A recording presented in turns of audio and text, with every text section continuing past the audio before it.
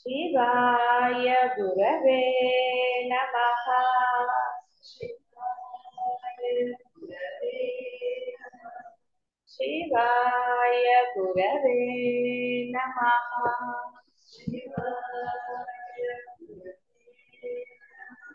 शिवाय गुरवे नमः।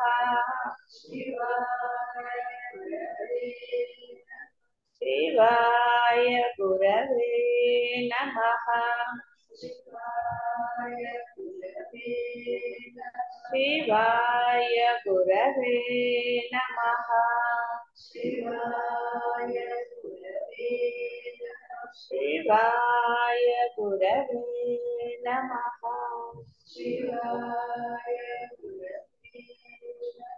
शिवाय गुरवे नमः। కాబట్టి అంతరంగ సాక్షి దృష్టిని పెంపొందించుకునే బుద్ధిమంతుడు ఎలా అంటే ఎలాంటి పరిస్థితిలో కూడా ఈ వాసనల తరంగంలో కొట్టుకుపోడు. దీర్ఘకాలం వేచి ఉన్న తర్వాత అనేక ప్రయత్నములు నిర్వర్తించి ఈ మానవ జన్మ అనే సదవకాశాన్ని పొంది ఉన్నారని గుర్తు చేస్తున్నాడు ఆయన. అందుచేత ఇది సద్వినియోగం పరుచుకోవాలి కానీ దుర్వినియోగం పరుచుకోకూడదు. దుర్వినియోగం అంటే వాసనలు అనే తరంగాల వెంటబడి ప్రాపంచిక వ్యక్తిగత సంఘటనాగతమైన అభ్యాసము చే బుద్ధిని కలుషితం పరుచుకోవటం బాగా. ఇంద్రియ వ్యవహారం సద్వినియోగం అంటే ఇంద్రియ వ్యవహారములు పరమాత్మ పరంగా దర్శిస్తూ ఆత్మ దృష్టిని పెంపొందించుకోవటం సద్వినియోగం. ఇది తెలీదా? అందరికీ తెలుసు, కానీ ఏం చేస్తాం. కాబట్టి అంతర్దృష్టిచే ఇంద్రియాలను ఇంద్రియ ధ్యాసలను జయిస్తూ అట్టి ప్రయత్నం నిరంతరం కొనసాగించాలి. ప్రయత్నంలో ముఖ్యమైన భాగంగా సాధుజన సంపర్కం, శాస్త్రముల అవలోకనం అనే ఉత్తమ ప్రయత్నములలో నిమగ్నమవుతూ రావాలి. కాబట్టి సాధుజన సంపర్కం అంటే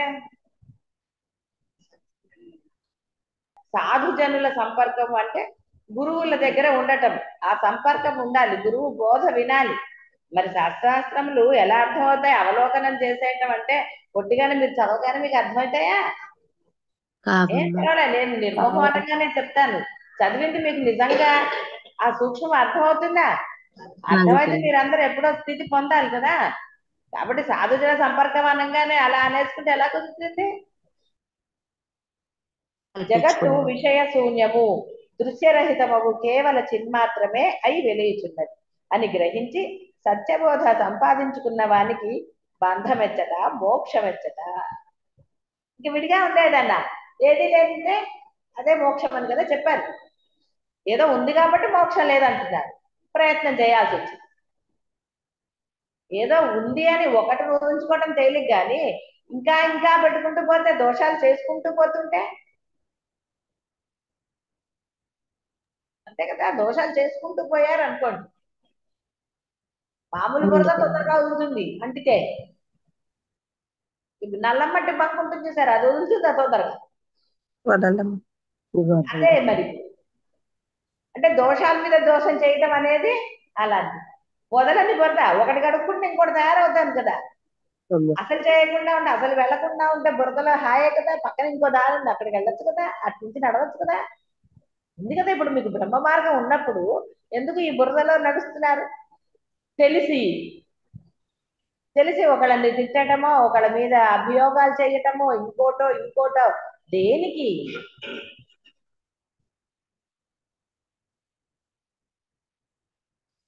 తటాక జలంలో జలం అనేక చిత్ర విచిత్ర తరంగాలను ప్రదర్శించవచ్చుగాక. నీరు ఎండిపోయినప్పుడు తరంగం ఉంటుందా?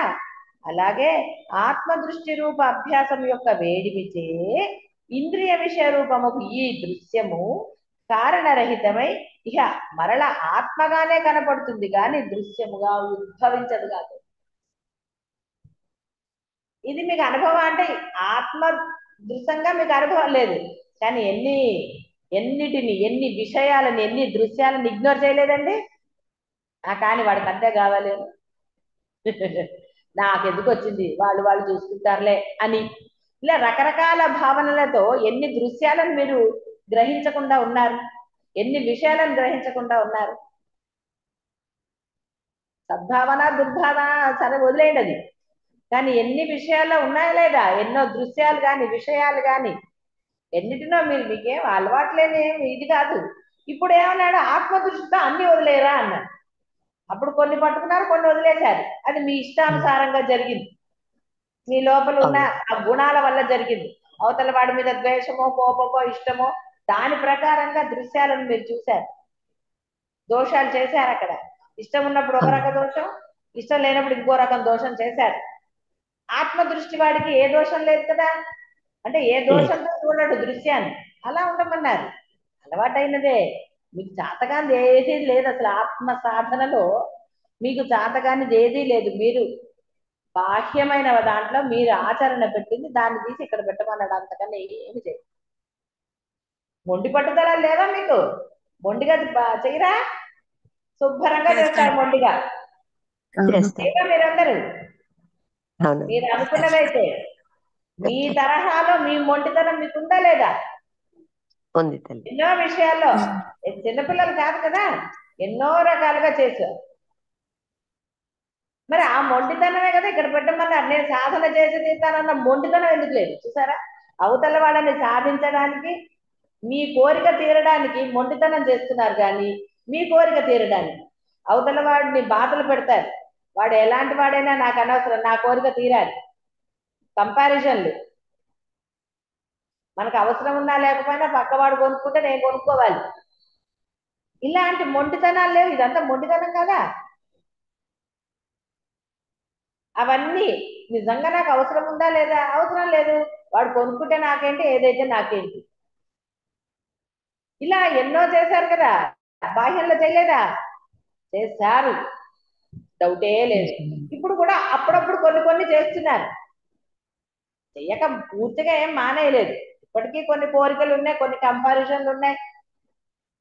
నాకేంటి అని అనుకుంటున్నారు. ఇలా రకరకాలు ఉన్నాయి కాబట్టే కదా సాధన జరగటం లేదు. కాబట్టి ఆత్మదృష్టి అభ్యాసం యొక్క వేడిమిచే ఇంద్రియ విషయ రూపముకు ఈ దృశ్యము కారణరహితమై ఆత్మగానే కనపడుతుంది, కానీ దృశ్యముగా ఉద్భవించదు. ఇప్పటి వరకు ఘోష అదే చెప్పింది. ఆత్మదృష్టితో ఉన్నారనుకో, ఉన్నప్పుడు ఎందుకు వస్తుందండి ఏదైనా సరే? వేరేగా వస్తుందా? మాట కటువుగా వస్తుందా? రాదమ్మా. దృశ్యమును దృశ్యంగా కాకుండా పరమాత్మగా దర్శించటంలో సుఖమే ఉన్నది, కానీ కష్టం కాదు. అది సర్వ సంసార భ్రమల యొక్క సశాంతి స్థానం. చూడండి ఎంత ఒకరితో కఠినంగా మీరు ఒక మాట మాట్లాడారు, అవసరం లేకపోయినా అని, అక్కడ ఏ తప్పు లేకపోయినా మీకే చిరాకు కదా. ఒక విసుగు మాట మీలోంచి వచ్చినప్పుడు అది మీరే కదా కనుబొమ్మలు ముడి వేసి లోపల ఒక 2-3 నిమిషాలు తిట్టుకుని, తర్వాత తిట్టుకుని, ముందు తిట్టుకుని, అన్ని జరిగింది ఎవరికి? మాట అన్నవాడికే కదా. విన్నవాడి సంగతి తర్వాత సంగతి ఆలోచిద్దాం. అదే చెప్ప రామచంద్ర, చిదాకాశ మాత్రమగు సంవిత్తే అవిద్యచే నీవు నేను మొదలైన రూపములతో ఈ జగత్తును ధరించుచున్నది. అట్టి ఈ జగత్తు అనబడేది ఈ విధంగా స్వాత్మయందే అధ్యస్థమై ఉన్నది. అట్టి ఈ జగత్ వ్యవహారం అనే తెరను జ్ఞానం అనే హస్తబలంతో పక్కకు నెట్టి ఈ అధ్యస్థమై ఉన్న దానికి భిన్నమైనట్టి అధిష్టాన చిన్మాత్రమే నేను అని గ్రహించాలి. అంటే నేను బ్రహ్మమే అనుకోవాలి. అనుకోవాలి అంటే ఆచరణ ఉన్నప్పుడు అనుకోగలుగుతారు. ఇప్పుడు మీరు అనుకోగలరండి? అనుకోలేదు. లేదు బ్రహ్మ. ఇప్పుడు ఇంత జరిగాక అంటారు, ఇంత ముందు అంటే అనుకునేవారేమో, ఇప్పుడు అనగలరండి? లేదు గురుగారు, అనలేదు. సత్య సంస్థ. అందుకనే సాధన మీది పెరుగుతున్నా కొద్దీ ఇంకా ఇలాంటివి అనలేరు. కాబట్టి ఇది అనాలి అన్నప్పుడు మనలో ఉన్న ఆ చిన్న చిన్న దోషాలు కూడా తొలగించుకున్నా అనుకోండి, హాయిగా ఉంటుంది. ఒక్క చిన్న మరకున్నా అంత నీట్గా ఉంటే ఒక్క చిన్న మరకుంటే కనపడుతుంది. గోడ కానివ్వండి, నేల మీద కానివ్వండి, అది తీసేస్తే ఎంత ఆనందంగా ఉంది కదా, హాయిగా ఉంది. అదే అక్కడ ఒక చోట ఉందనుకోండి, అదే కనపడుతూ ఉంటుంది. అదిగో అక్కడ మరకుంది ఉంది. ఇప్పుడు మీరు అది చూడకండి. అంటే ఎలా ఉంటుంది, మన దృష్టి దోషం వైపుగా వెళుతుంది కానీ ఇంత నీట్గా ఉంది, అంతా నీట్గా ఉంది కానీ అంటారు. చూసారా దృష్టి ఎటు వెళ్ళింది? దోషమే. ఎందుకు అక్కడ అపరిశుభ్రం అనండి, ఇంకోటి అనండి, ఏదైనా సరే దాని దగ్గరికే వెళ్ళింది. గురువు ఎందుకు చెప్తాడు దోషం మీరు ఎన్ని చేసినా కూడా చాలా బాగుందిరా, ఈ దోషాన్ని కూడా తొలగించుకో అంటాడు. శిష్యుడు ఏమనుకుంటాడు, గురువు ఏమిటో ఎప్పుడున్నాడు ఆ దోషాలు చెప్తున్నాడు అంట. మరి దోషాలు తీసేస్తే కదా సద్గురువు యొక్క బోధ మీకు బోధపడేది. సద్గురువులు అవే చెప్తారు, బయట గురువులు మీరు చెప్తారండి వీళ్ళ దోషం ఉందిరా అని. గురువు గారు నేను తిట్టానండి అంటే, పోలేరు తిట్టావులే, బాగా ఇంటికిలే వాడికి, మంచి పనే చేసావులే, పట్రా 1,00,000 రూపాయలు అంటారు.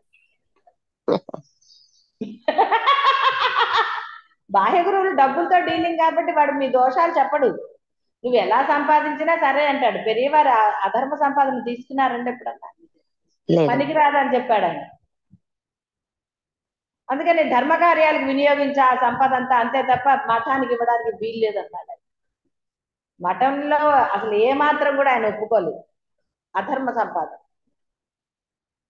ఒప్పుకున్నారా? లేదమ్మా, ఒప్పుకోలేదమ్మా. ధర్మానికి ప్రాధాన్యత ఇచ్చారు సద్గురువులు, ధర్మానికి ప్రాధాన్యత ఇస్తారు, అంతేగాని అధర్మానికి ఇస్తారా? మరి మీలో అధర్మం ఉంది కాబట్టి కదా చెప్తారు, ఒరే అది తీసేరా తీసేరా అని, లేకపోతే ఎందుకు రాణిస్తున్నారు కదా అసలైతే. అంతేగాని చీ దోషభూయిష్ఠుడా దోషరహితుడమయ్యాకరా అంటున్నారా? ఏమంటారు? సద్గురువు అలా అన్నారు, చేరదీసి ప్రేమగా చెప్తారు. సామభేద దాన దండోపాయాలు అయిపోయాయి కదా, సామాలు భేదాలు అన్నీ అయిపోలేదు. చివరి స్టేజ్కి వచ్చామంటే అర్థం ఏంటి, ఇక దండోపాయాలే. అలా అని కొడుతున్నారు ఏంటండి, కర్ర పెట్టుకుందాం అనుకుంటారు, కర్ర దొరకట్లేదు. బంగారంలో వెండితో చేయించుకుంటే పోతుంది కదా. మా గురుగారు మమ్మల్ని బంగారు కర్రతో కొట్టారని చెప్తే మరీ బంగారం కర్ర అంత పొడుగుంటది కాబట్టి బంగారం పోత పోయిద్దాం కదా. వెండి కూడా కాస్ట్లీగా ఉంది కదా, అంటే దెబ్బతిన్నా కూడా అలా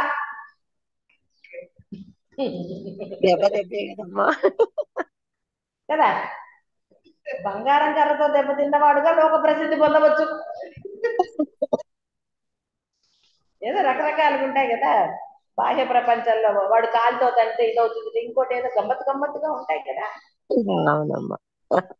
కానీ నిన్న మొన్న ఒక రీల్ వచ్చింది, ఒక గురువు ఇలా అందరు పడుకుని ఉన్నారు, వాళ్ళ మించి నడుస్తున్నారు.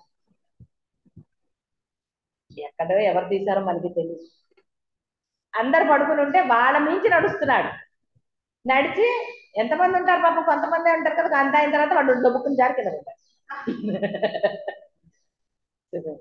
ఎంత అహంకారం కాకపోతే. శిష్యుల మించి నడవచ్చా? శిష్యులకు బుద్ధి చెప్పే వరకే. అలా పడుకుని వాళ్ళ మీద అంటే వాళ్ళందరూ పడుకుని ఉంటే నడుస్తున్నాడు ఆయన. చివరికి ఏమైంది, కింద పడ్డాడు.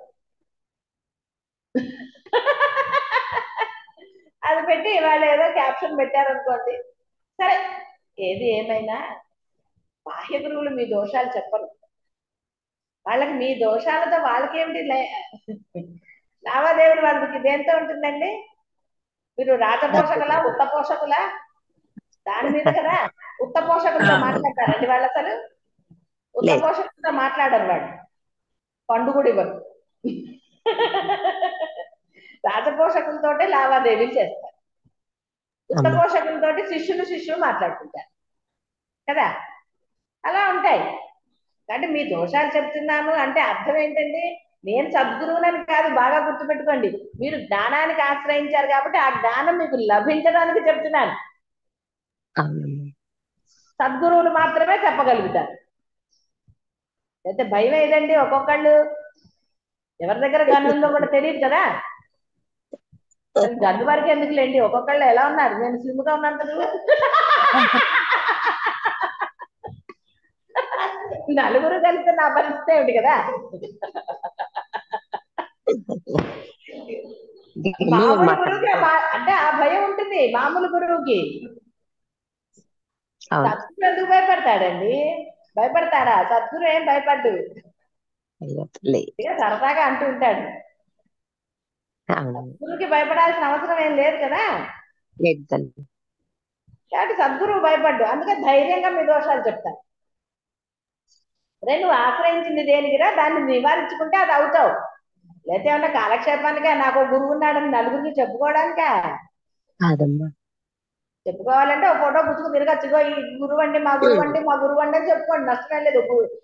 ఇది వేసుకోండి, నేను శిష్యుడిని అని ఒక ట్యాగ్ వేసుకుంటే సరి. అదేదో ఏదో వాళ్ళ సాఫ్ట్వేర్ వాళ్ళు వేసుకుని తిరుగుతూ ఉంటారు కదా, అలాగా నేను శిష్యుడిని ఫలానా అని పెట్టుకోవచ్చు, అంటే అంత కోరికగా ఉంటే. కానీ అది కాదు కదా ఇక్కడ, ఇక్కడ లేదు ఉద్దేశాలు తల్లి. అవే, బోధ యొక్క ఉద్దేశం అదే. కాబట్టి కాదు తల్లి. దోషరహితులు అవి తీరాల్సిందే. నేను నీవు మొదలైన రూపములతో కూడిన ఈ జగత్తు అవిద్య మాత్రమే. వాస్తవానికి దృశ్యమంతా మిథ్యయే. ఎలా శమిస్తుంది అనే దిగులు ఎవరికి ఉండవలసిన పని లేదు. అది ఎలాగ నశిస్తుంది, ఎలా నశిస్తుందంటే అంటాం ఎందుకు అసలు? పువ్వు ఎలా వికసిస్తుంది అని మనకి ఎందుకు, అది వికసిస్తుంది.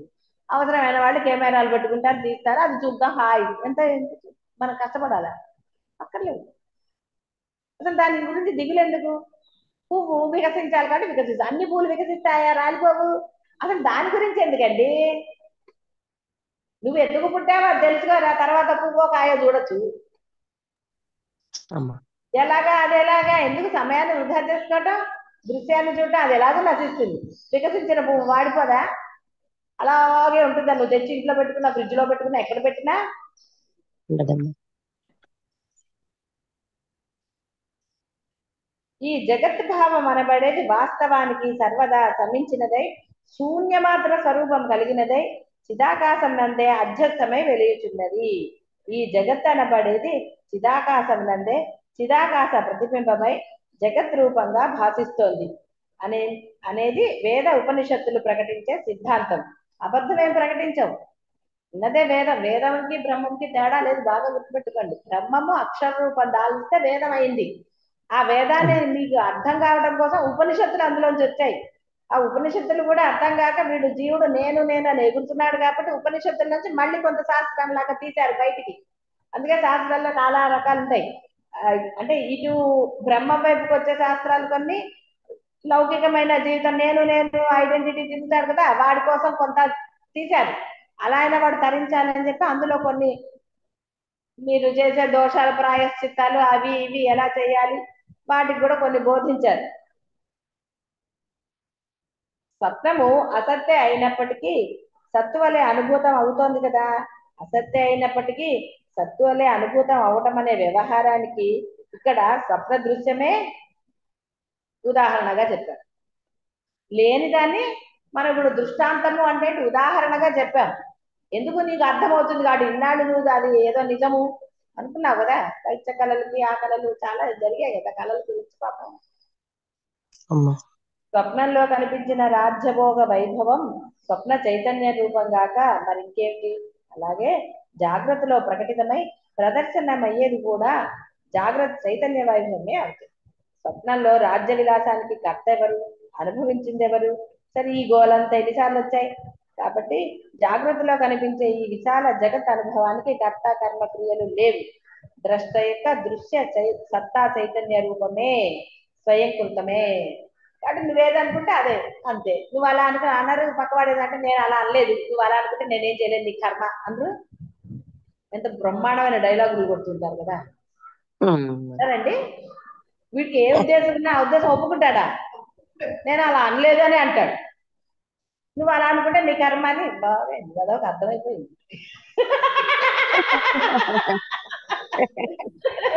అనుకోరా?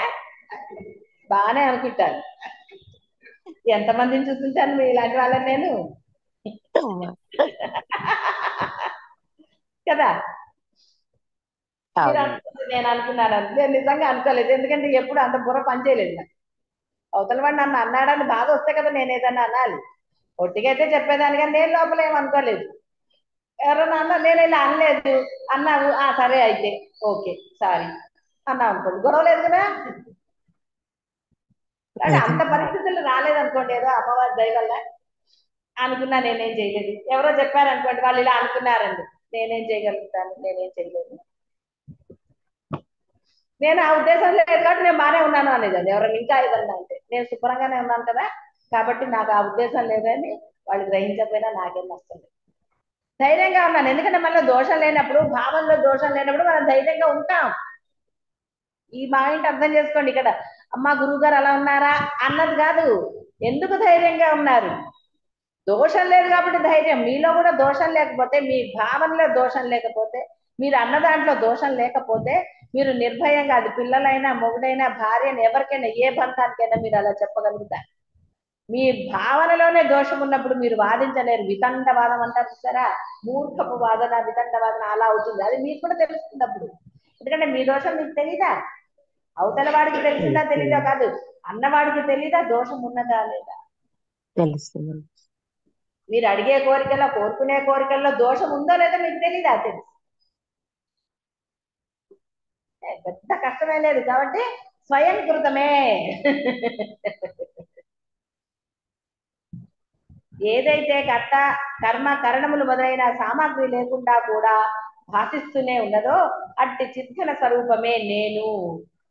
స్వప్నంలో మరణం లేకపోయినప్పటికీ ఒకడు తాను మరణించినట్లు, బంధువులు శోకిస్తున్నట్టు భలే ఉంటుంది కదా.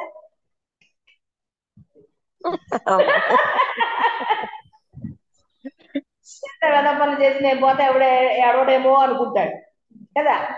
అందరి ఉన్న శుభ్రంగా తిట్టి అధికారం తట్టి అన్నవాడికి ఎప్పుడో భయం పట్టుకుంటుంది కదా.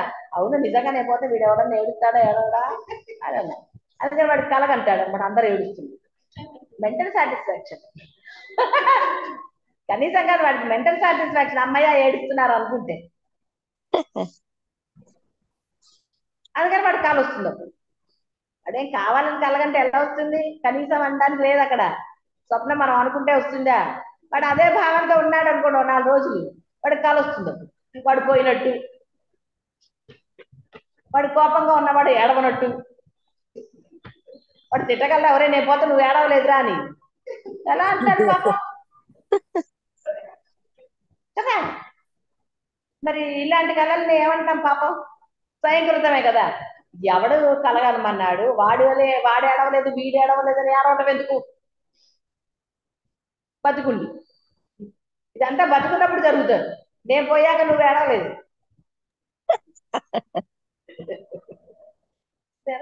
మళ్ళీ అదే జోక్ చెప్పుకోవాలి, మీరు లేవక్కర్లేదు రేపొద్దున నేను లేవాలి, 3 పనులు ఉంటాయి మళ్ళీ పడుకోండి అంది.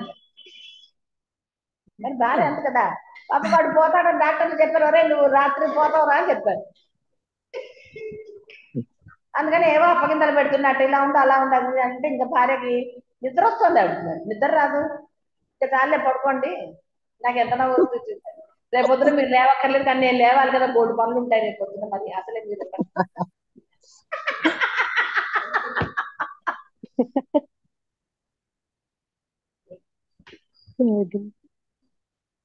స్వయంకృతం కాదు. హాయిగా ఎందుకు భార్యకి చెప్పడం, అన్ని హాయిగా నామస్మరణ చేసుకోవచ్చు కదా. అట్లీస్ట్ పోతామని తెలిసినప్పుడైనా. ఎవడు శాశ్వతం కాదు, ఆ మాట వినక్కర్లే కదా. ఇప్పుడు చూడండి వాడు పుయ్యవరికి ఏడుతాడు నా భార్యలు అందరికి.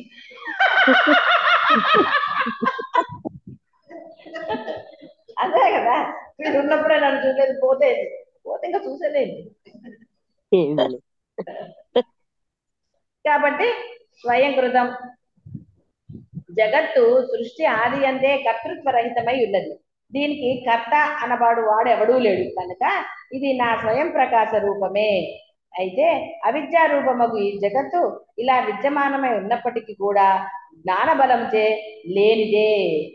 జగత్తు నా స్వస్వరూపమగు చైతన్యం అనే మణి యొక్క ప్రకాశ రూపం.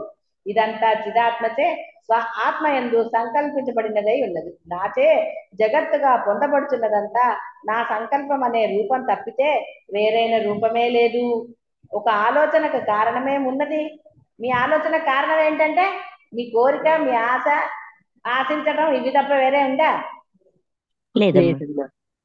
అలాగే జగత్తు అనబడేదంతా కారణరహితమై ఒక ఒప్పుచు కాకతాళీయ న్యాయంచే మిథ్యగా భాషిస్తుంది. కాకతాళీయం చూసావా, నేను అన్నది జరిగింది అంటాడు. నువ్వు అన్నది జరిగితే ప్రతిదీ జరగాలి కదా, ప్రతిదీ జరుగుతుందా? అలా ఏం జరగదు. అందుకనే కాకతాళీయం అన్నారు. అది కూడా దేంతో పోల్చారంటే కాకితో పోల్చారు. మరి కాకి ఏం చేస్తుందంటే ఎంగిలి బతుకు తింటుంది, సరే. అందుకని అలా అనుకోకండి, నేను చెప్పిందే అయ్యింది, నేను చెప్పాను అప్పుడే చెప్పాను నీకు అంటారు. అడిగాడు వాడు నేను చెప్పమని, నేను చెప్పిందే జరిగింది, నేను చెప్పిందే జరిగింది అంటే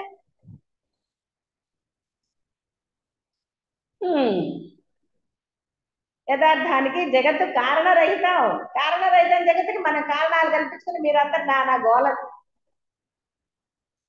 కనుక నాకు వేరుగా ఏదీ లేదు, నా సంకల్పం లేకుండా భాషించటమే లేదు. ఏ చిత్రకాశం చేత ఇదంతా ప్రత్యక్షంగా వ్యక్తమై భాషిస్తోందో ఆ చిత్రకాశమే నేను. ఆ చిత్ప్రకాశమును పెద్దలు తత్వజ్ఞులు పరమపదము, చిదాత్మ బ్రహ్మము, పరమాత్మ ఆయా శబ్దాలతో వాళ్ళు. అందుకని పెద్దలు అనగానే ఇంట్లో ముసలాళ్ళనే కాదమ్మా. మీరందరూ కూడా ముసలాళ్లే కదా, నేను తప్ప.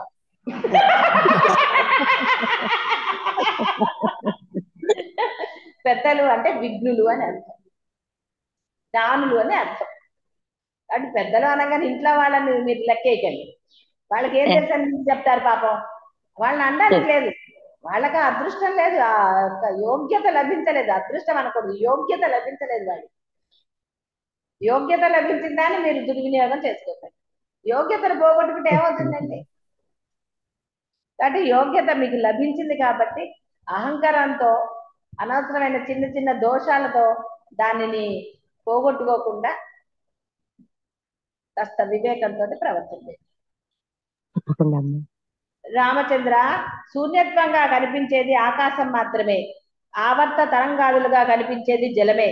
అలాగే ఈ జీవుడు మొదలైన సర్వరూపాలుగా కనిపించేది, స్ఫురించేది కేవలం ఆ చిద్రూపమే. ఒకానొక జీవుడు ఒక్కడే అయినప్పటికీ అవయవిగా అనేక దేహ విభాగాలుగా కనిపిస్తున్నాడు. అలాగే వాస్తవానికి అవయవరహితము ఏకము అయినట్టి బ్రహ్మము జీవుడు, జగత్తు మొదలైన అనేక అవయవ సహితంగా కనపడుతుంది. ఒకే జీవుడు కుడి కన్ను ఎడమ కన్నులతో వ్యవహరిస్తున్నట్లు సర్వదా ఏకమే అయి ఉన్న బ్రహ్మము ఈ దృశ్యములో అనేక దేహములుగాను, ద్రష్టా దృశ్యములుగాను, జడ చైతన్యములుగాను వ్యవహరిస్తోంది. కాబట్టి నిర్మల చిన్మాత్రమే తన స్వభావ ప్రభావం చేత ఈ జగత్ రూపంగా వెలుగుచున్నది. అనగా ఈ జగత్తు ఆత్మస్వరూపమే. కాబట్టి ఎందుకు వాటి గురించి విచారించవలసిన, జగత్తును గురించి ఎవరైనా సరే విచారించవలసిన పనేమన్నా ఉన్నదా? కాబట్టి విచారిస్తామో వద్దో రేపు సాయంత్రం చూస్తాం. ఈ లోపల మీరు కూడా మీ యొక్క జగత్ కార్యాలని విచారించండి. శివాయ గురవే నమః.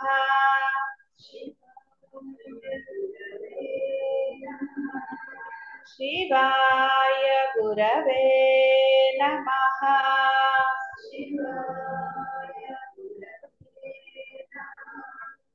శివాయ గురవే నమః.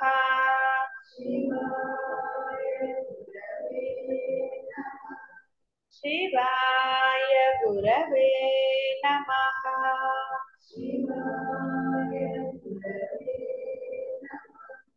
శివాయ గురవే నమః.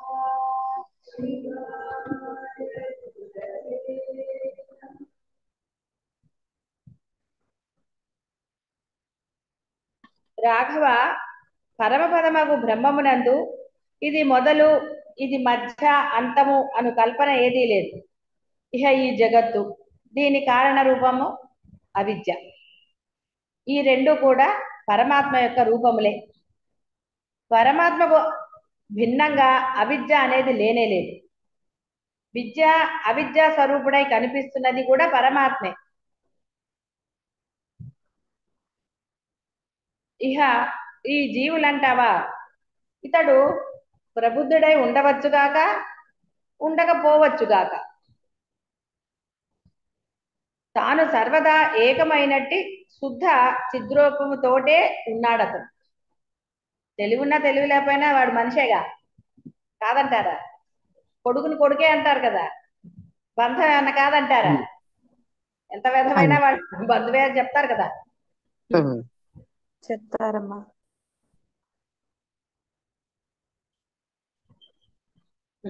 సుషుప్తి అవస్థలో అజ్ఞానావృతమైన ఆత్మ, తురియ అవస్థలో శుద్ధాత్మ. ఈ రెండు కూడా అజ్ఞాన రజ్జువు, కేవల రజ్జువు. అంటే తాడును పాముగా అనుకున్నప్పటి తాడు, తాడును తాడుగా దర్శిస్తున్నప్పుడు అజ్ఞానపు రజ్జువు అన్నప్పుడు అర్థమైంది కదా, భ్రమపడ్డారు. కేవల రజ్జువు అన్నప్పుడు భ్రమలేదు. సుషుప్తిలో, తురియ అవస్థలో ఏ ఆత్మ అయితే ఉన్నదో అదే ఆత్మ జాగ్రత్త స్వప్న సమయంలో కూడా ఉన్నది అదే రీతిగా. అంటే ఆత్మ ఎప్పుడూ కూడా ఆత్మగానే ఉంది, కానీ అదేం రూపాంతరం మార్పులు చెందలేదు. జ్ఞాని జాగ్రత్త స్వప్నముల సమయములో కూడా తురియ స్థితిని తెలుసుకుంటున్నాడు. అజ్ఞాని చెప్పక్కర్లే కదా.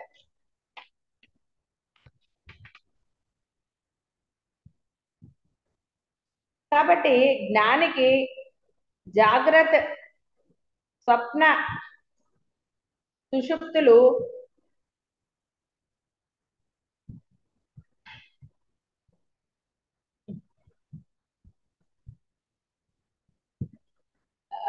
ఎక్కడ జ్ఞానికి జాగ్రత్త స్వప్న సుషుప్తులు మూడు స్థితులు కూడా తురీయమే. జ్ఞానికి జాగ్రత్త స్వప్న సుషుప్తులు మూడు స్థితులు కూడా తురీయమే అవుతున్నాయి. అతనిలో అవిద్య లేనందువల్ల అతడు ద్వైతంలో ఉన్నప్పుడు కూడా అద్వైత రూపుడే. జ్ఞాని యొక్క దృష్టి అనుభవములు ద్వైతము అనే పరిమిత అవస్థను అధిగమించినదై ఉంటుంది. అందుచేత అతనికి ద్వైతము, అద్వైతము, నేను నీవు, ఇది అది మొదలుకొని ఏవీ లేవు. అతడు సర్వత్రా పూర్ణత్వంను దర్శించుతూ ఉండగా అతనికి శూన్యము అని అనిపించడానికి ఏమన్నా ఉన్నదా? ఏది అనిపించదని అర్థం. అజ్ఞానులకు బాలురు మాత్రమే కాదు, ద్వైతం కాదు అద్వైతం మొదలైన భేదములతో కూడిన వాక్య విభ్రమముతోటి క్రీడిస్తున్నారు. ఇహ జ్ఞానులు వారిని చూసి నవ్వుకుంటారు. సరే, రాముడు అడిగాడు, మరి గురువులు ద్వైత అద్వైత ప్రవచనములు ఎందుకు సిద్ధాంతపూర్వకంగా శిష్యులకు ప్రతిపాదిస్తున్నారు?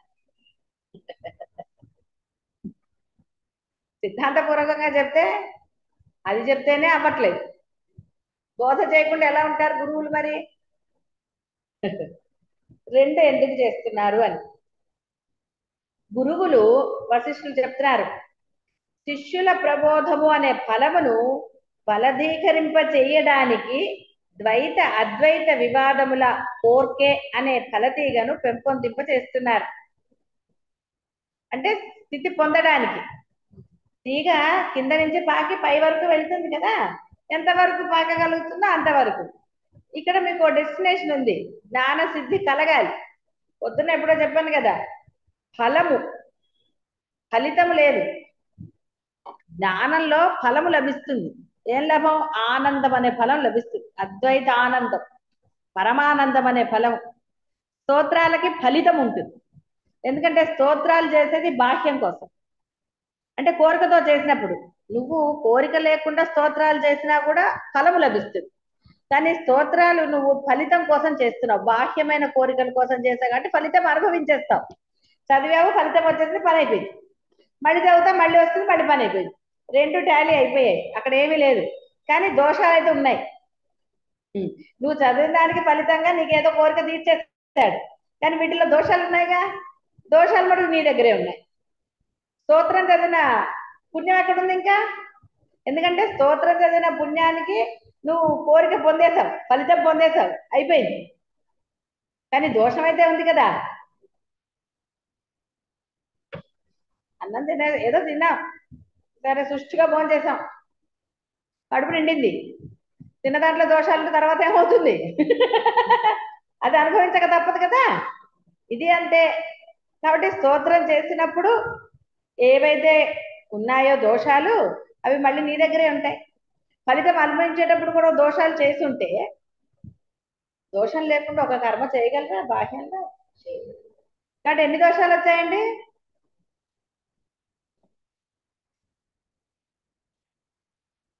అజ్ఞానుల హృదయ చెప్పలేనన్ని దోషాలు వస్తాయని అంటున్నానమ్మా. అజ్ఞానుల హృదయాలను పరిశుద్ధపరచటానికి, విజ్ఞానమయం చేయటానికి ఆయా ద్వైత అద్వైత వాదోపవాదములు ఆవశ్యకమే. మరి అజ్ఞానం గురించి ఎగ్జాంపుల్స్ చెప్తే కదా మీకు ఇప్పుడు జ్ఞానం అనేది కాస్తన్న అచ్చి గురించింది. లేకపోతే అజ్ఞానంలో ఉన్నది అంటే మీకు అజ్ఞానంలో ఉన్న ఎగ్జాంపుల్స్ చెప్తేనే అర్థమవుతుంది. అంటే అజ్ఞానంలోనే ఉన్నారు కాబట్టి ఒరే ఇది కాదురా అసలైందని, ఇది చూసావా ఇలా నశించింది, ఈ యొక్క ఉదాహరణలు చెప్తూ మీకు ఆ అజ్ఞానాన్ని తీసేయాలి, ఆ భ్రమను తొలగించాలి. అజ్ఞానం లేనే లేదు, నీకు చెప్పేది ఏమిటో అవన్నీ అంతే అని అంటే అర్థమవుతుందా? అందుకని అజ్ఞానంతో చెప్పాల్సి వస్తుంది, అంటే దాని ఉదాహరణగా అని అర్థం. కాబట్టి ద్వైత అద్వైత వాదోపవాదములు అన్నారు. అందుచేత గురుస్థానంలో ఉన్న నేను కల్పితమైనటి ద్వైత అద్వైత విచారణ అనే చీపురును మిత్రభావంతో వివాదరహితంగా, చీపురు అంటే దుమ్ము దులిపేదే కదండి, దుమ్ము దులపద్దు, అజ్ఞానం అంటే దుమ్మే కదా.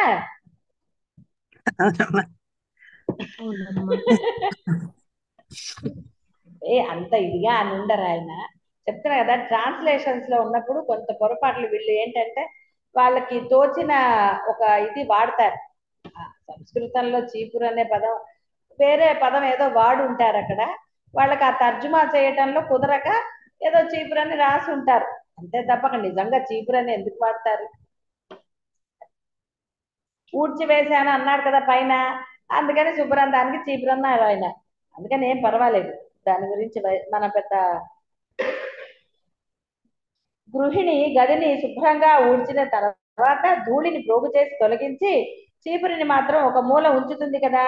జీవుల హృదయ గృహములను పరిశుభ్రపరచడం అనే కార్యమునకు బ్రహ్మదేవునిచే ఉద్దేశించబడినట్టి బ్రహ్మ మానసపుత్రునకు నేను ద్వైత అద్వైత విచారణ అనే చీపురుచే ఆశ్రిత హృదయాలలోని ధూళిని ఊడ్చివేస్తూ ఆ తర్వాత ఆ విచారణను ఒకవైపుగా దూరంగా ఉంచుతూ వస్తున్నాను. అనుభవాన్ని ఉద్దీపింపజే అంటే అజ్ఞానం ఒకవైపుగా అన్నారు, కానీ అది మరి అజ్ఞానాన్ని ఉండే ఇంకా, కాబట్టి అంత ఇది కాదు. అది చెప్తాను కదా, ట్రాన్స్లేషన్ లో కొంచెం చీపురు అనేది, అందుకని ఎగ్జాంపుల్ మీరు ఎగ్జాంపుల్ గానే తీసుకోండి తప్ప ఒక మూలగా ఆయన ఉంచారు అంటే ఇక్కడ కూడా కొంత ట్రాన్స్లేషన్ ఇదే ఉంటుంది.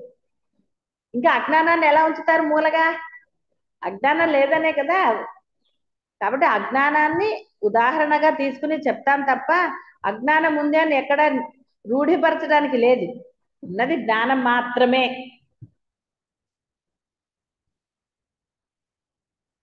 ఆ విధంగా అవిద్య అనే ధూళి తొలగిపోయిన తరువాత అధికారులకు ముముక్షువులు బ్రహ్మమునందే నెలకొని ఉంటారు. అధికారం పొందాలి కదా, అర్హత పొందకపోతే ముముక్షత్వం ఎలా లభిస్తుంది? లభించదు. వారికి ద్వైత అద్వైత పాఠ్యాంశ మాత్ర దృష్టి తన విషయత్వం కోల్పోతోంది. ఉదాహరణకు ఎడమ కన్ను కుడి కన్ను ఉపయోగించుచున్న జీవుడు సర్వదా ఒకడే కదా, రెండింటికి వాడతాడా? కాబట్టి అనే దృష్టాంతాన్ని ఆత్మవస్తు పరంగా సుస్పష్టం చేసుకున్న తర్వాత ఎడమ కన్ను కుడి కన్ను ఒక్కటా వేరు వేరే అనే చర్చకు ప్రసక్తి ఎక్కడిది? అవిద్య తొలగిపోయిన తర్వాత అట్టి అధికారులకు ముముక్షువులు తమ ప్రాణ మనస్సులను బ్రహ్మమునందే నెలకొల్పుకొని బ్రహ్మం గురించే పరస్పరం బోధించుకుంటూ నిత్యం బ్రహ్మమునందే క్రీడిస్తూ పరమానంద అనుభవాలై ఉంటారు. తృప్తి సంతోషం కలిగి ఉన్నవారు ఇహ వారి దగ్గరికి వెళ్ళి మీది ద్వైత సిద్ధాంతమా అద్వైత సిద్ధాంతమా అని అడిగితే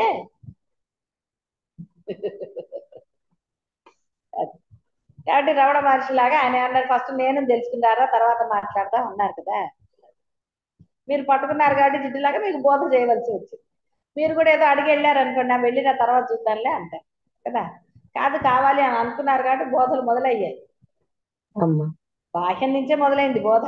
అమ్మవారి స్తోత్రాల నుంచే బోధ మొదలైంది. అవునమ్మా కాబట్టి బాహ్యం నుంచే మొదలైంది, ద్వైతంతోటే మొదలైంది.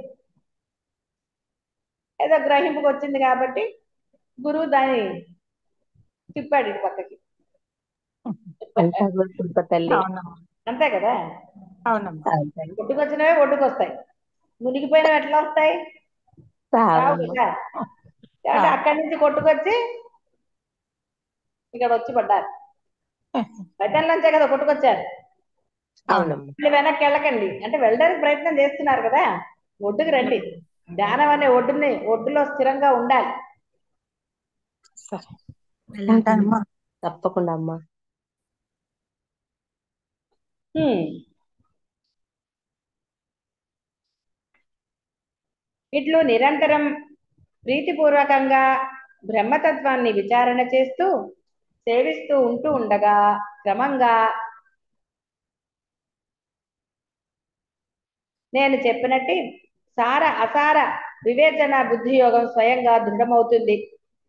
దానిచే మోక్షం అనే బ్రహ్మపదాన్ని పొందవచ్చు. ఓ ప్రియ సభికులారా, శ్రోతలారా, ఈ ప్రపంచంలో ఒక్క గడ్డి పరక సంపాదించాలంటే కూడా కొంత ప్రయత్నం చేస్తేనే సాధ్యం అవుతుంది కదా. పీకాలిగా. గడ్డి కూడా అంత తొందరగా ఒక్కొక్కసారి రాదు కదా. మొత్తం అంత పీచుతో వస్తే, అది కింద మట్టితో వస్తే ఏం లాభం? గరికి ఒక్కటే కదా పూజకి వాడేది, దేనికైనా సరే. గడ్డి పచ్చడి చేయాలన్నా మట్టి తీయం కదా. నవ్వుతారు, కదలేదు. గడ్డి పచ్చడి అంటే కదలలేదా? నవ్వు. ఏమిటి? ఆ భలే గుర్తుంటాయి గడ్డి కథలు. కాబట్టి గడ్డి కూడా మంచిదే. మరి గడ్డి తినే కదా అవి పాలిస్తున్నాయి. కాబట్టి కొంత ప్రయత్నం చేత మాత్రమే సాధ్యమవుతుంది కదా. మరి ఈ త్రిలోకములు ఎందులో కనిపిస్తున్నాయో అట్టి బ్రహ్మంతో ఏకత్వం సముపార్జించాలంటే ప్రయత్నం లేకపోతే పొందుతారా? ఏదో చేశామండి అంటే సరిపోయిందా? సరిపోదమ్మా. సరిపోదు. ఎవరైనా ఎలా పొందుతారు? కనుక మీరంతా మహత్ ఆశయముతో ప్రయత్నశీలురై ఉండాలి. ఓ ప్రియజనులారా, ప్రతి జీవుడు సుఖము పొందాలని నిత్యము అనేక ప్రయత్నాలలో నిమగ్నమై ఉంటున్నాడు, మంచిదే. అయితే మనుష్యానందం మొదలుకొని బ్రహ్మదేవుని ఆనందం వరకు గల 10 రెట్లు ఆనందాన్ని ఏ బ్రహ్మానందము సమక్షంలో మహాసముద్ర జలము ముందు ఒక్క చుక్క నీటితో సమానంగా ఉపనిషత్తుల్లో పోల్చబడిందో అట్టి బ్రాహ్మీ దృష్టికై ఎందుకు ప్రయత్నించను? అంటే అది ఈ సముద్ర జలం అంతా ఒక నీటి బిందువుతో సమానం ఈ బ్రహ్మానందం ముందర. సముద్రం ఎంత ఉందో తెలుసు కదా. తెలుసమ్మా. అదితే ఒక నీటి బిందువు మన ఆనందం బ్రహ్మానందం ముందర. అమ్మా మరి ఎందుకు ప్రయత్నించి సంపాదించరాదు? మనస్సు యొక్క అంకుర స్వరూపముకు ఈ సంసారం నందలి రాజ్య సుఖం అసలు నిజమైన సుఖమా? అప్పుడు రాజ్యాలండి. ఇప్పుడు ఎవరి ఇల్లు వాళ్ళకే రాజ్యం కదా, ఇంటికి మహారాణి కదా, అలాగే భావిస్తారు కదా. సుఖమా? ఆత్మానందం ముందు అది ఎంతటి అల్పమైనది. తత్వజ్ఞానమున పూర్ణ విశ్రాంతి ప్రాప్తించుకున్న మనుజునకు ఇంద్రుని త్రైలోక్య ఆధిపత్యమునందు ఒక తృణముతో సమానమే. ప్రియజనులారా, అజ్ఞాన నిద్ర ఎందున్న విషయలంపటులు దృశ్యం పట్ల ఎంతో ఆసక్తి పరులై ఉన్నారు కదా. వారెంత ఆసక్తి కనబరుస్తున్నారో అంతగాను తత్వజ్ఞులు దృశ్యం పట్ల నిదురించిన వారి వలె ఉంటూ నిరతిశయమగు ఆత్మపదం నందు మేల్కొని సర్వదా దానినే అంతగా. రామచంద్ర, మరలా ప్రకటిస్తున్నాను, అట్టి నిత్య అపరోక్ష నిరతిశయానంద రూపమగు మోక్ష రూప స్థితి ప్రయత్నము చేత మాత్రమే లభించగలదు. మహాభ్యాసం అనే వృక్షం యొక్క ఫలమే పరమాత్మ పదము. కనుక సర్వజీవులారా, మీరు ఆ మార్గంలో ప్రయత్నశీలురై ఉంటారు. అంతేగాని చాలండి చేసింది అని ఏ రోజుకి ఆ రోజు వాళ్ళకి చాలే అంటే కొన్ని రోజులకు అసలు లేకుండా పోతుంది. ప్రయత్నం ఎప్పుడూ మానరాదు, వెళ్తూ ఉంటే కదా డెస్టినేషన్ వస్తుంది. మధ్యలో ఆగిపోతే కుందేలు కాదు తాబేలు, కుందేలు ఆగిపోయింది. కుందేలు ఏం చేసింది, ఆ తాబేలు ఇంకా చాలా టైం ఉంది కదా అంటే అక్కడ కాంపిటీషన్ కాబట్టి పడుకుని నిద్రపోయింది. గెలిచిందా? కాబట్టి ఇక్కడ మీకు కాంపిటీషన్ ఎవరు లేరు, మీకు మీరే కాంపిటీషన్. మీకు ఎవ్వరూ కాంపిటీటర్స్ లేరు ఇక్కడ, మీకు మీరే, ఎవడిని వాడే ఉద్ధరించుకోవాలి. కాబట్టి ప్రయత్నశీలురై ఉండండి.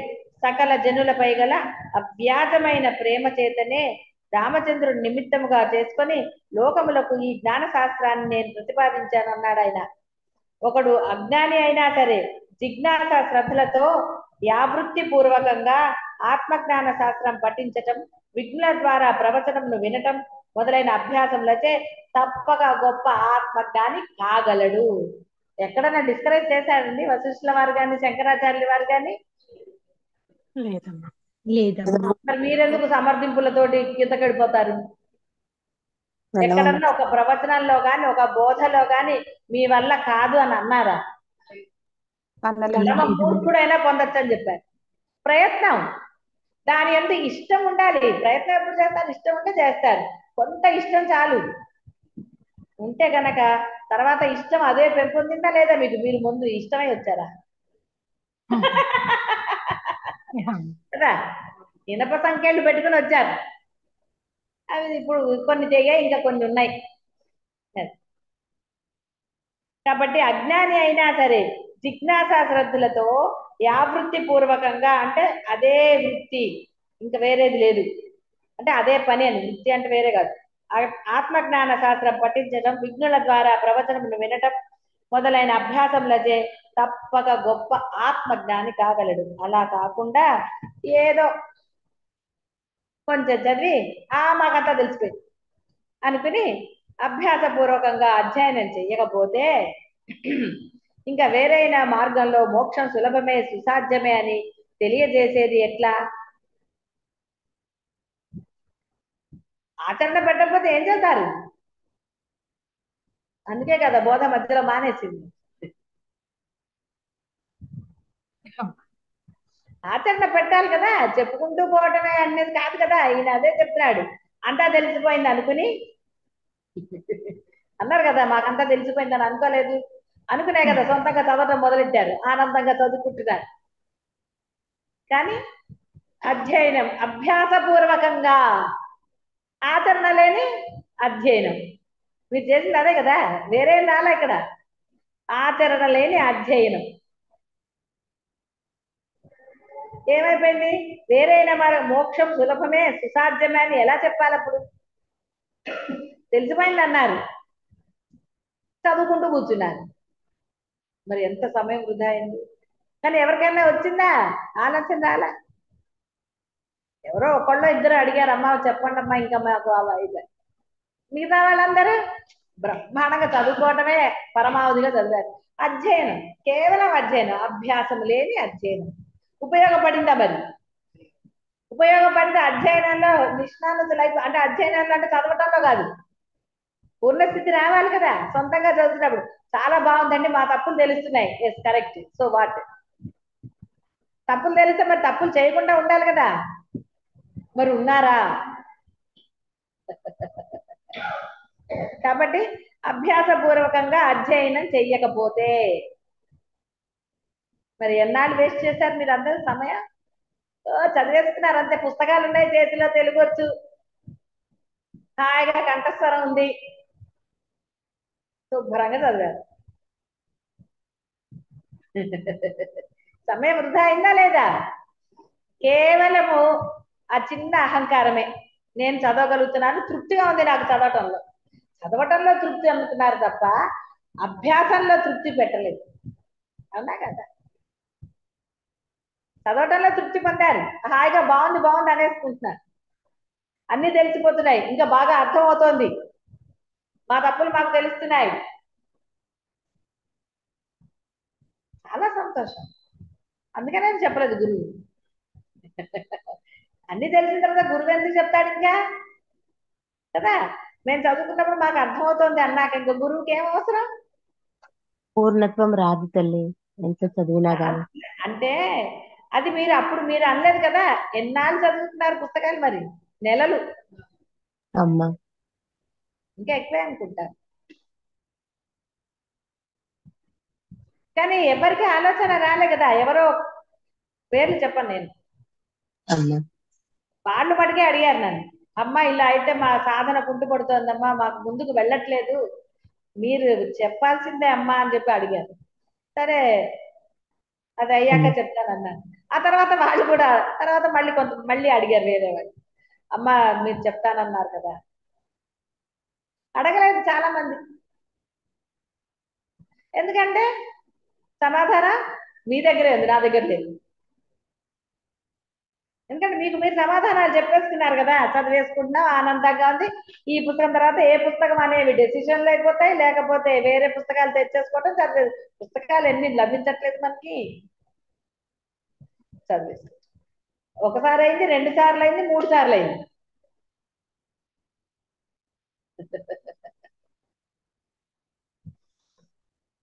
పరమ పురుషార్థమగు మోక్ష ఫలమును ప్రసాదించగల బ్రహ్మదేవుని నిత్య మనోగతమైన ఈ శాస్త్రాన్ని వేదం వలె మరల మరల పఠించాలి, వ్యాఖ్యానం చేయాలి. సరే వీటికి అంటే ఆయన ఇప్పుడు చెప్పిన ఇదంతా కూడా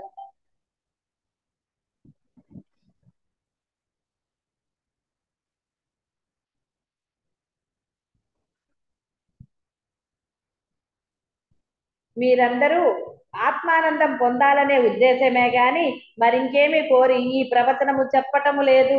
ఏ సద్గురు అయినా ఇదే మాట చెప్తాడు. ఏమైనా కోరారండి మీకు? ఏమన్నా ఏమంటే మీరు సిద్ధి పొందగానే మీ ఆస్తి అంతా రాసేయండి అన్నారా? లేదమ్మా. లేదా సిద్ధి పొందుతున్న క్రమంలో ఫీజు ఇమ్మన్నారా? లేదు తల్లి. లేదు.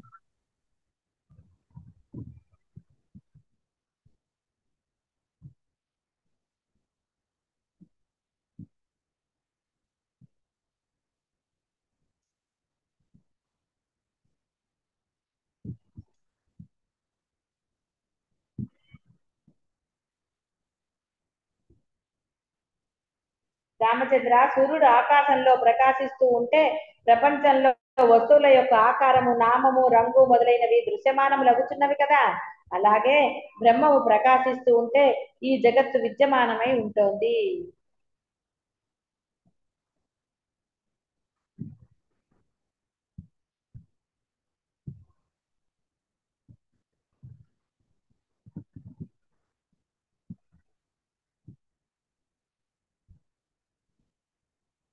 సమస్త భేద అభేదములు తన యొక్క ఉపాధిగా ప్రకటన సలుపుచున్నట్టి అఖండ పరిపూర్ణ బ్రహ్మమే నేను.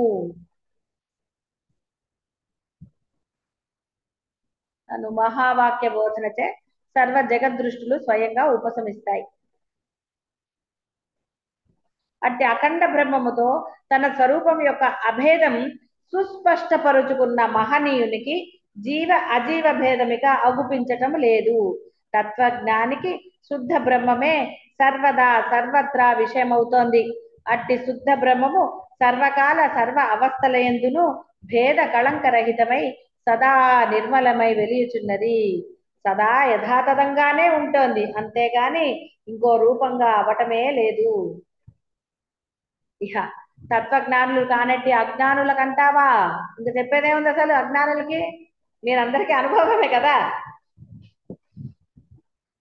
కాబట్టి వారికి తెలియవచ్చే నేను, నాది, నీవు, నీది, వారు, వీరు మొదలైన వాటి యొక్క వాటి వాస్తవ రూపములేమిటో వారికే తెలియాలి.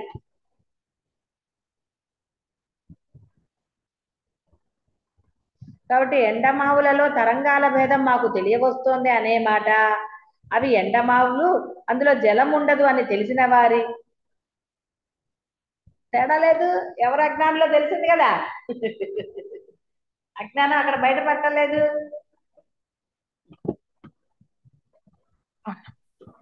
వీడు జ్ఞాని, వాడు అజ్ఞాని, వీడు వేరు, వాడు వేరు మొదలైన బుద్ధి అజ్ఞాని యందు అనునిత్యంగా ఎంత చేసినా పోదు. అక్కర్లేని అసూయలు, అక్కర్లేని భేదాభిప్రాయాలు ఈ బుర్రలో. దేనికి సమర్థింపులు ఉన్నాయి కానీ సమాధానాలు ఉన్నాయా? ఎంత బోధ విన్నా ఇక్కడ నుంచి ఆ భేదభావం పోతుంది. భేదం, ఆ భేదానికే మనము ద్వేషము ఇంకోటి పెట్టారు పేరు. భేదం లేకపోతే ద్వేషం వచ్చిందా? భేదం లేకపోతే ప్రేమ వచ్చిందా? కాబట్టి ఆ భేదము మరి ఎందుకు పెట్టుకున్నారు అంటే సమర్థింపులు ఉంటాయి. ఎంత భయంకరంగా వింటున్నారు మనుష్య జీవితం ఎలాంటిది ఏంటి అని. అయినా సరే భేద దృష్టి వదలటం. ఇంకా భేదం భేదం భేదం ఎందుకు? దేనిని ఆశించి భేదం?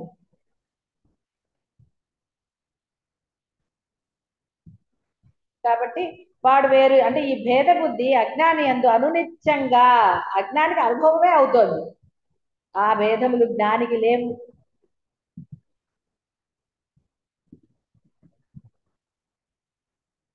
రామచంద్ర, ఈ జగత్తు పూర్వం లేదు, ఇప్పుడు లేదు, అసలు ఉత్పన్నమే అవలేదు, ఇక ముందు కూడా ఉండదు. మరి సత్వస్వగు బ్రహ్మమే ఈ రీతిగా జగత్ రూపంగా కనిపిస్తోంది. అట్టి జగద్రూపంగా గ్రహించబడుచున్న చిదాకాశం యొక్క స్ఫురణ వాస్తవానికి స్వ ఆత్మయందే స్థితి కలిగి ఉన్నట్టిది అని విఘ్నులకు తెలుసులే, విఘ్నులు ఎరిగే ఉన్నారన్నమాట. అట్టి విఘ్నులు జగత్తును బ్రహ్మముగానే తెలుసుకొనుచున్నారే గాని జడముగా కాదు. స్వప్నంలో కనిపించే దంతా కూడా ద్రష్ట స్వరూపముకు చిదాకాశమే. అలాగే మనోరాజ్యం యొక్క కల్పితపురంగా కనిపించేది కూడా మనోద్రష్ట స్వరూపముకు చిదాకాశమే.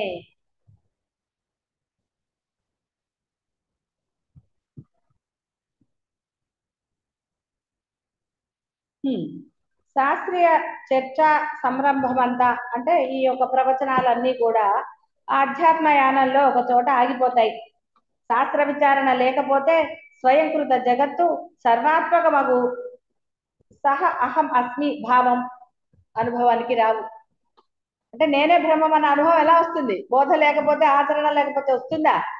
కాబట్టి రాదు. విచారణ లేకపోతే, వాచక సృష్టి లేకపోతే విచారణ సంభవించదు. కాబట్టి అలాంటి దృక్పథం, అవగాహన శాస్త్రకారులు ప్రతిపాదించేది, ప్రబోధించేది మొదలైనదంతా కూడా ఆత్మజ్ఞాన సిద్ధి కొరకే. విచారణ లేకపోతే దీపం ఉన్నప్పటికీ కళ్ళు మూసుకున్న వానికి గదిలో ఏది కనపడనట్లే ఆత్మ అంతటా సర్వదా ఏర్పడియే ఉన్నప్పటికీ, తాను ఆత్మయే ఉన్నప్పటికీ అజ్ఞానం తొలగదుగాక తొలగదు. కాబట్టి ఎందుకు వచ్చిన భేదభావాలు, ఎందుకు వచ్చిన దోషాలు? తెలిసి ఎందుకు దోషం?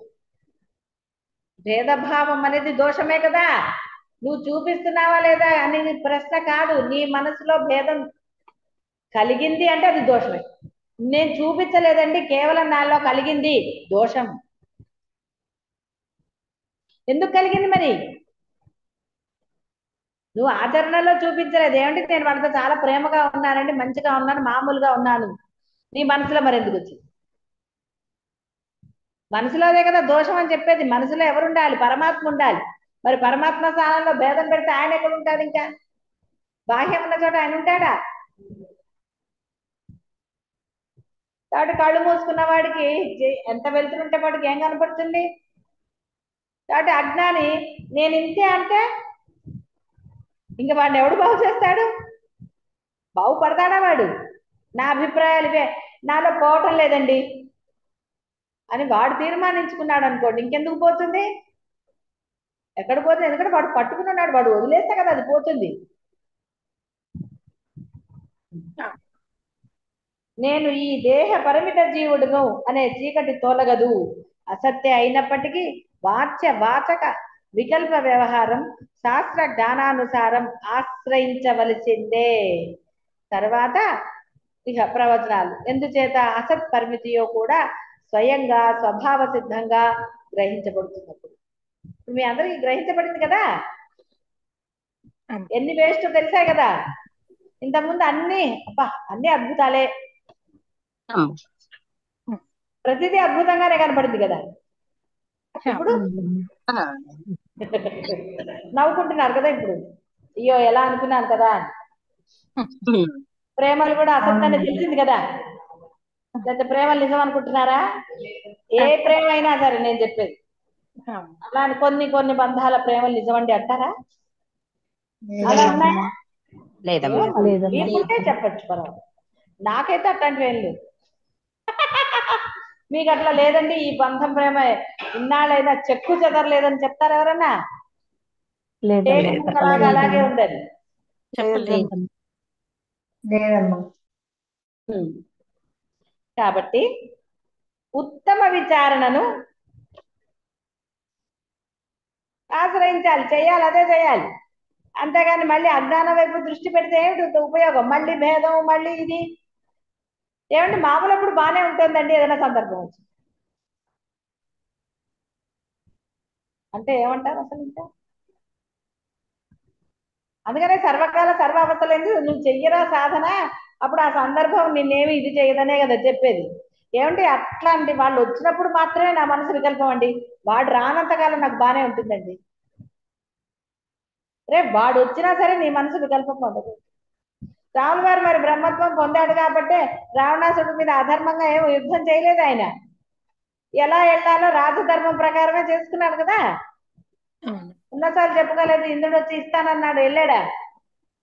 అక్కడ కూడా రావణాసుడు సాయంత్రం అయింది, ఇంకా నేను చంపను పో ఇంటికి అన్నాడు. యుద్ధ అంటే రాజధర్మాన్ని పాటించాడు అంతే తప్ప చంపేశాడు ఛాన్స్ దొరికింది కదా అని. హనుమంతుడు చంపలేడు పోయి, కానీ సీతమ్మ వారు ఏమంది, కాదు నువ్వు చంపితే నేను రానంది, అది అధర్మం అవుతుంది, భర్తే రక్షించాలి భార్యనని చెప్పి. అంతేగాని అవతార పురుషుడు అక్కడ ఉన్నాడు, నువ్వు చేస్తే నువ్వు అవతార పురుషుడు అవుతావు, డోంట్ డూ దట్ అందా? అనలేదు కదా. రాముడు వారికి తెలీదా? బ్రహ్మం పొందిన వాడికి హనుమంతుడు ఏమిటి అన్న సంగతి తెలీదు. మరి వాళ్ళ దగ్గర ఎందుకంత వినయంగా ఉన్నాడండి? బ్రహ్మస్వరూపుడే కదా, రాముల వారికి అయిపోయింది కదా, బోధ అయ్యాకే కదా జరిగాయి. కానీ ఎంత వినయంగా ఉన్నాడు అందరి దగ్గర, ఎక్కడన్నా అహంకరించాడా? లేదు. బ్రహ్మత్వం పొందిన తర్వాత కూడా ఎంత వినయంగా ఉన్నాడు, అహంకరించాడా? మనకున్న బ్రహ్మత్వం ఎంతండి, దాన్ని ఇంత అహంకారం వదులుతోందా? అహంకారంతో కదా, నేను నాది అని కదా. లేదంటే భేదభావాలు ఎందుకు వచ్చాయండి? అహంకారం లేదా భేదభావం వస్తుందా?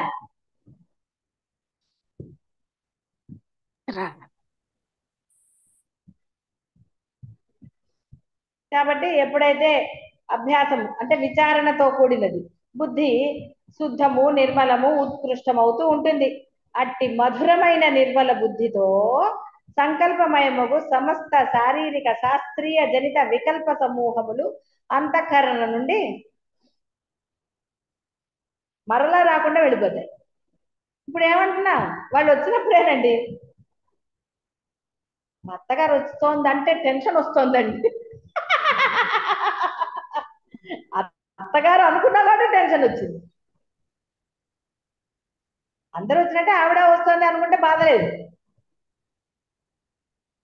కోడలు వస్తుంది, ఏం పనులు చేయించాలా అని లిస్టు ప్రిపేర్ చేశారు.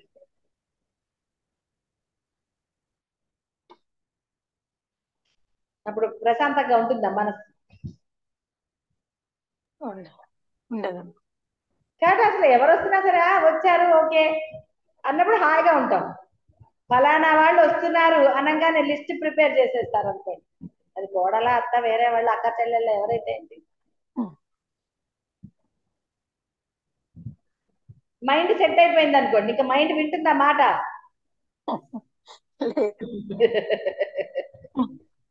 అప్పుడు ఈ మనసు సకల శాస్త్రముల అంతిమ సారమగు అద్వయ సచ్చిత్ ఆనందాత్మయందే నెలకొంటుంది. ఇంకా వేరే ఎక్కడుంది? అక్కడ ఆనందమయమైన ప్లేస్ ఒకటే, బ్రహ్మమే.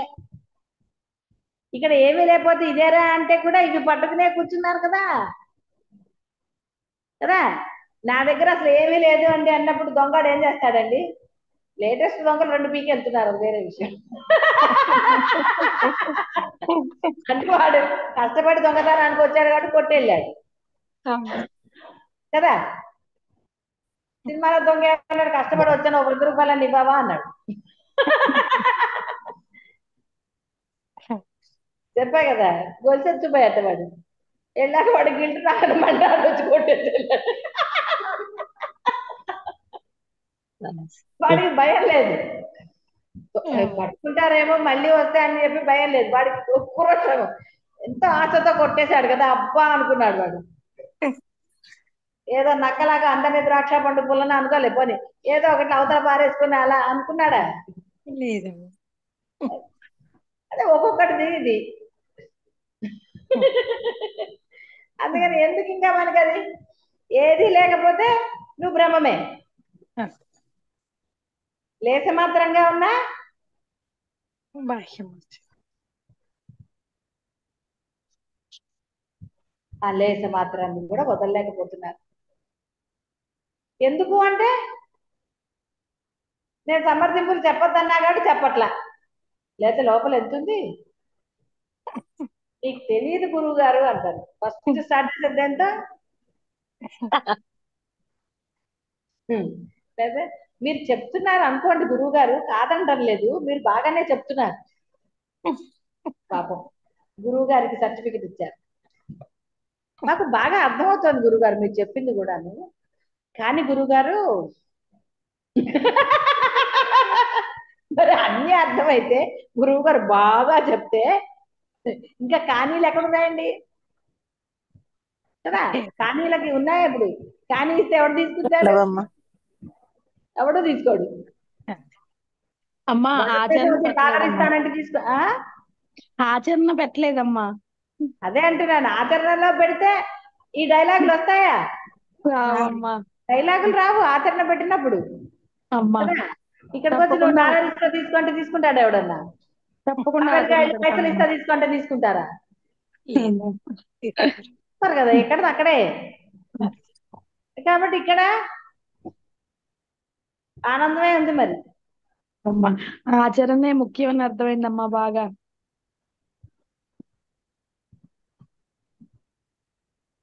పాదాభివందనాలమ్మా. ఓ రామ, అట్టి తదేక నిష్ఠాపరుడవై ఈ సంసారం అంటే ఏమిటో తెలుసుకొని దాని నుండి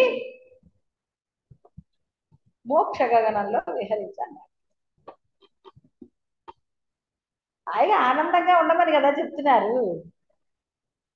ఇవేవి మీకు అడ్డం కావు. అప్పుడు కూడా ఏసీలో పడుకోవచ్చు. జ్ఞానం వచ్చాక ఏసీలో పడుకోకూడదని ఏమైనా ఉందా? లేదు. జ్ఞానం వచ్చాక ఏమవుతుందంటే వేరే వాళ్ళు ఏసీ ఏసీ రెడీగా ఉంచుతారు. అక్కర్లేదు ఏసీ అన్నా, కాదమ్మ గదిలో వేడిగానే ఉందని ఏసీ ఏసీ ఉంచేస్తారు. ఎంత హాయిగా ఉంది చూడండి. అలా ఉంది. మరి చూడండి ఎంత హాయిగా ఉంది కదా. ఆనందం పొందండి అని చెప్తాం. ఏమన్నా రెస్ట్రిక్షన్స్ ఉన్నాయా కొన్ని చెప్పండి? మీ ఇంట్లో ఉండొద్దన్నారా? మీ పిల్లల ఇంటికి వెళ్ళొద్దన్నారా? అమెరికా వెళ్ళొద్దన్నారా? ఎక్కడికైనా వెళ్ళొద్దన్నారా జ్ఞానం వచ్చాక? అనలేదు కదా. అనలేదమ్మా. మరి ఎందుకు సంశయాలంటే మాట రాదులేండి. ఇప్పుడు అందరూ మౌనం చెప్పగా, అఖండ మౌనం. ప్రేమ చక్క సిన్సియర్గా ఉంది.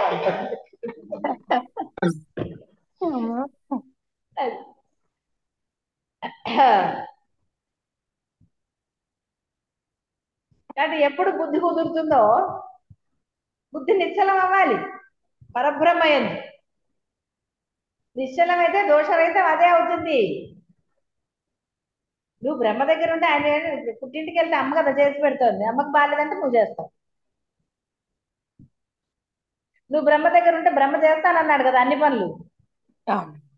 ఇందాక ఆయన కూడా చెప్పింది చీపురుతో ఊడుస్తానంటే అర్థం ఏంటి? అదే కదా.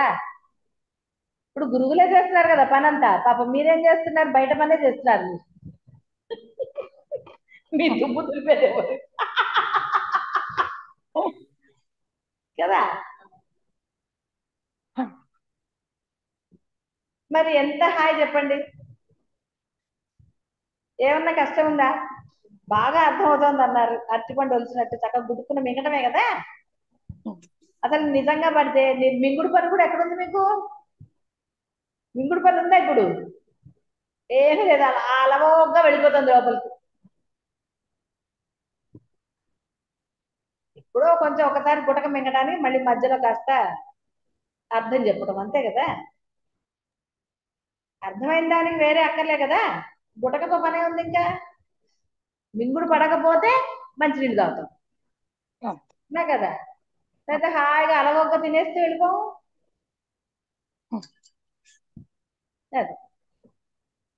ఉమ్.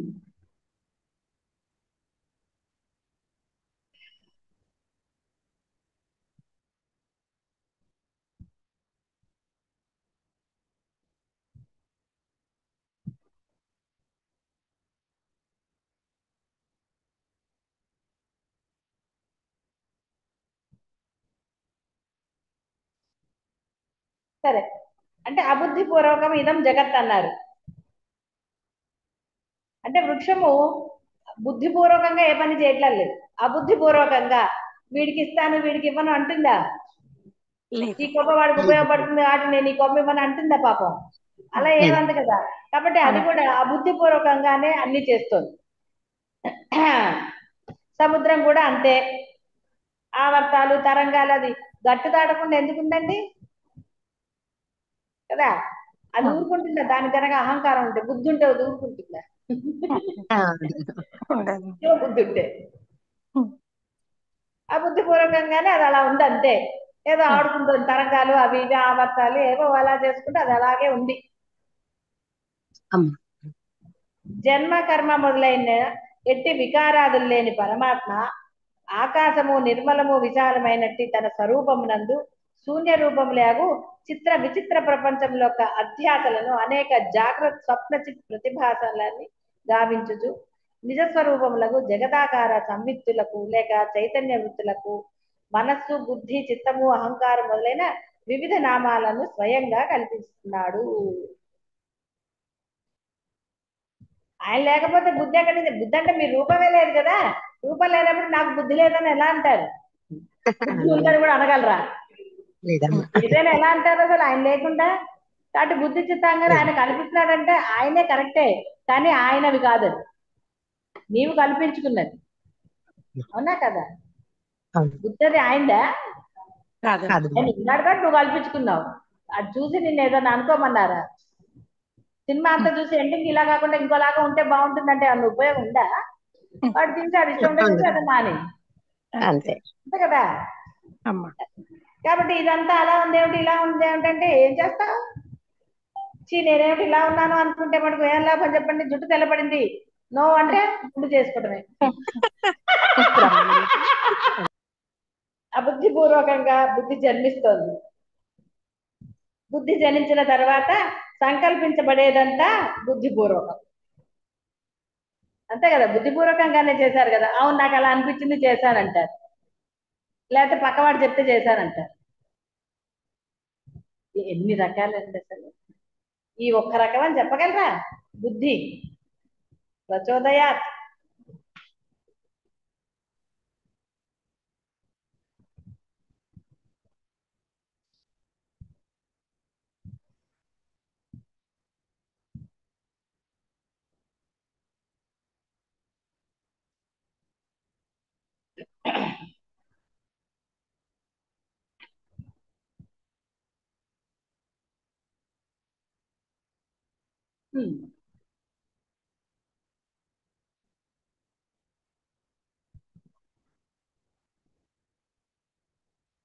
సరే, సమయం అయిపోయిందా? సరే కానీ అయితే రేపు చెప్తానులేదు. కొంచెం పాపపుణ్యాలు ఉన్నారు పాపం. అమ్మా, పొద్దున అంతరంగ సాక్షిత్వం గురించి ఒక్కసారి చెప్తానన్నారమ్మా ఈ రోజు. దయచేసి వివరించరా తల్లి? ఇప్పుడు ఏం సాక్షిత్వం అది? అంతరంగ సాక్షిత్వం అన్నా అమ్మా.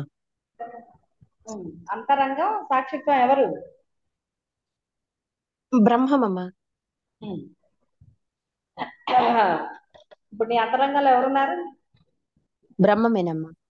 ఇంకా అంతే అమ్మా. ఎవరు లేరా ఇంకా? అమ్మా భావాలు బ్రహ్మమే సిగ్గుపడక్కర్లా ఇప్పుడు. బ్రహ్మమే అమ్మ. అవును, బ్రహ్మంతో పాటుగా మనుషులే కాదు, బంధువులే కాదు, భావాలు ఉన్నాయా లేదా? ఉన్నాయమ్మా, ఏమన్నా ఆలోచనలు భావాలు భావాలు కావచ్చు, కోరికలు కావచ్చు, ఉంటాయి కదా. ఉంటాయమ్మా, ఉన్నాయమ్మా.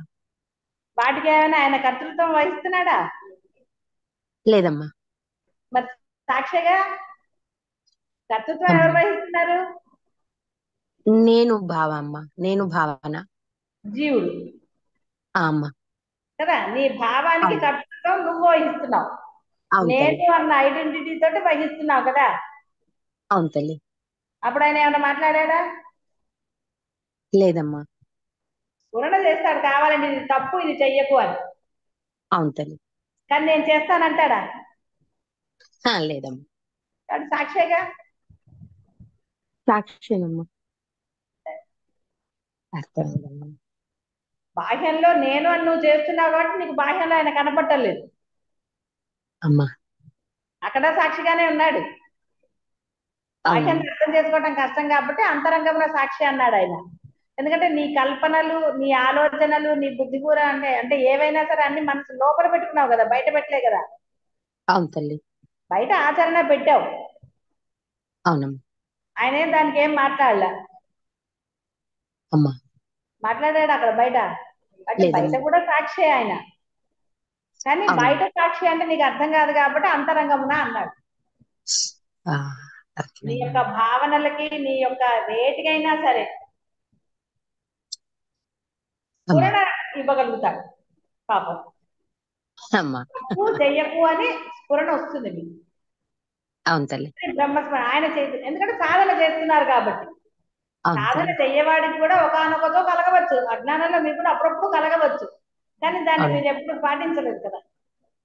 అవునమ్మా. సాధన చేస్తూ ఉన్నప్పుడు ఆ స్ఫురణ వస్తుంది, వద్దు చెయ్యకు నువ్వు అని. అవును తల్లి. అప్పుడప్పుడు గురువు గారి మాటలు వినపడతాయి, గురువు గారు కనపడతారు అంటలేదు అవును తల్లి. కదా. అప్పుడు గౌరవం ఉంటే ఆ పని చెయ్యదు, లేదనుకో గురువు గారు మీకు తెలియదు, గురువు గారు కాసేపు ఆగండి అంటారు కదా. అప్పుడు అమ్మా. గురువు గారు మాట్లాడకుండా కూర్చోలేదు, సాక్షే కదా. అవును. ఇప్పుడు అర్థమైందా? అర్థమైంది, అర్థమైంది తల్లి. సింపుల్ అది. కాబట్టి బాహ్యంలో కూడా మనము యథాప్రాప్తములు చేసామనుకో మనం సాక్షి అయిపోతాము. ఆ వాటి సంగతి ఆయన చూసుకుంటాడు. అర్థమైంది. నువ్వు సాక్షివైతే అన్ని బ్రహ్మమే. బ్రహ్మ. అవును. నువ్వు నేను అంటే ఆయన సాక్షి. అక్షయపతి. ఎక్కడైనా సరే ఆయనే సాక్షి. అవునమ్మా. గురువు కూడా చేసేదేమని సాక్షిగానే ఉంటాడు కదా పాపం. అమ్మా. హెచ్చరిస్తూ ఉంటారమ్మా అన్ని. ఆ? హెచ్చరిస్తూ ఉంటారమ్మా అన్ని. లెక్చరా హెచ్చరిస్తూ హెచ్చరిక. ఉంటారు. హెచ్చరిక అంతవరకే చేస్తూ కదా. ఉంటారు. అవును తల్లి. అంతకన్నా ఏం చేస్తారు? పాటి ఇక్కడ పాటించాల్సింది నేనే ఎప్పుడైతే అమ్మా మీరు అని గురువు చెప్తుంటారు. చెప్పింది ఆచరణలో పెడితే అప్పుడు అనుగ్రహాన్ని చూపిస్తారు. అవును తల్లి. గురువు గారికి తెలియదు అనుకుని కర్తృత్వం వహిస్తున్నారు కాబట్టి గురువు సాక్షిగానే ఉంటాడు. అంతే అమ్మా. కదా. అవును తల్లి. వేరే దాని ఉందా? లేదమ్మా. అర్థమైంది అయితే. అర్థమైందమ్మా. పాదాభివందనాలు. ఓకే, శుభం పోయా.